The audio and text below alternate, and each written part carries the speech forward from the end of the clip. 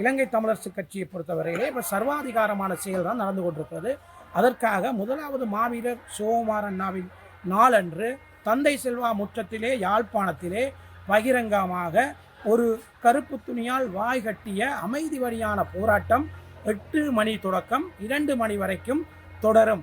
ஆகவே இதற்கு வலிந்து காணாமலாக்கப்பட்ட சங்கங்கள், மற்றது எமது வர்த்தக சங்கங்கள், பல்கலைக்கழக மாணவர்கள் வடக்கு கிழக்கிலே இருந்து அனைவரையும் அன்புடன் கலந்து கொள்ள கேட்கிறோம். ஏனென்றால் எதிர்காலத்திலே இப்படியே இந்த கட்சி போகுமாக இருந்தால் இலங்கை தமிழரசு கட்சியின் வீட்டு சின்னம் இல்லாமல் போய்விடும்.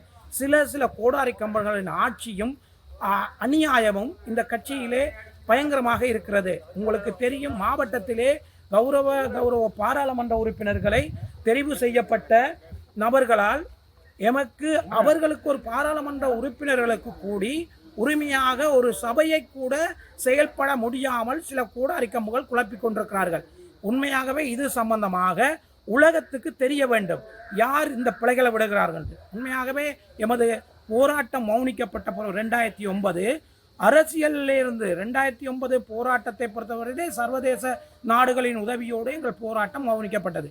இன்றைக்கு அரசியலை பொறுத்தவரையிலே 1-2 பேர்களால் இந்த அரசியலையும் இல்லாமலாக்குவதற்காக செயல்படுகிறார். ஆகவே இதை வன்மையாக கண்டித்து 5ஆம் தேதி கூடும் இந்த தார்மீக போராட்டத்துக்கு உண்மையாகவே தமிழ் தேசியத்தில் பற்றுள்ளவர்கள் அன்புரிமையோடு கலந்து கொள்ள வேண்டும் என்று மிகவும் பணிவன்புடன் கேட்டுக்கொள்கிறேன்.